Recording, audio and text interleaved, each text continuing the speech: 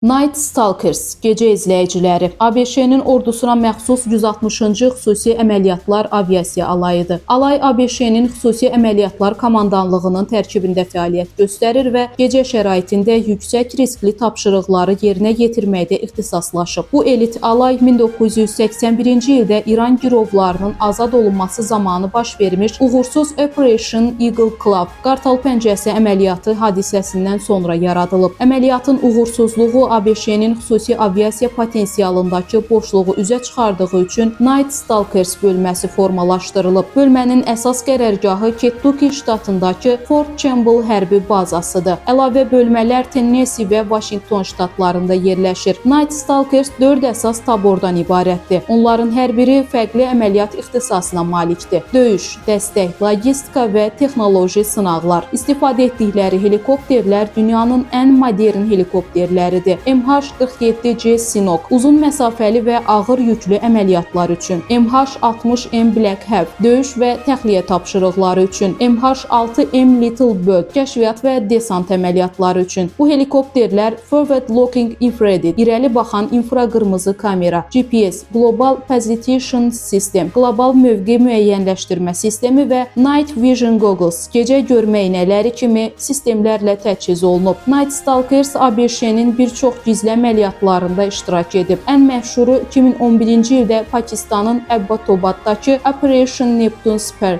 Neptunun nizə əməliyyatı olub. Bu əməliyyatda Night Stalkers SEAL Team 6 ABŞ hərbi dəniz qüvvələrinin xüsusi əməliyyatlar qrupu ilə birlikdə Osama Bin Ladenin zərərsizləşdirilməsində iştirak edib. Bundan başqa onlar Gothic Serpent, Red Wings, Just Cause kimi əməliyyatlarda yer alıblar. Alayın əsas missiyası ABŞ-nin Delta Force xüsusi quru qoşunları əməliyyat qrupu SEAL Team 6 Ranger quru qoşunlarının xüsusi təyinatlı alayı və CSAT Special Activities Division Mərkəzi Kəşfiyyat İdarəsinin xüsusi fəaliyyətlər idarəsi kimi bölmələrinə hava dəstəyi verməkdir. Onlar gizli nəqliyyat, döyüş dəstəyi, kəşfiyyat və təxliyə əməliyyatlarını icra edirlər. Night Stalkers'in devizi Night Stalkers Don't Quit. Gecə izləyiciləri heç vaxt imtina etmir ifadəsidir. Bu da bölmənin dözümlülüyünü və qətiyyətini əks etdirir.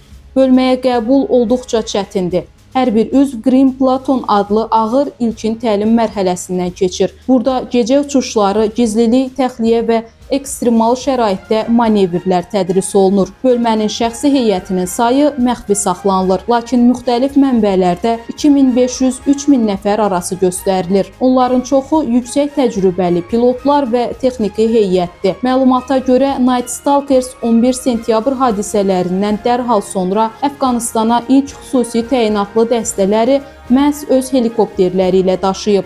Həmçinin ABŞ prezidentlərinin səfərlərində gizli Shadow Escort, kölgə müşayiətçisi kimi təhlükəsizlik təminatında da iştirak edirlər. Bu alay dünyanın ən peşəkar texnoloji cəhətdən inkişaf etmiş aviasiya bölmələrindən biri hesab olunur. Night Stalkers adı bugün sarsılmaz döyüş ruhu, gizlilik və dəqiqliyin simvoluna çevrilib. Jalə Rövşən, Today Press TV.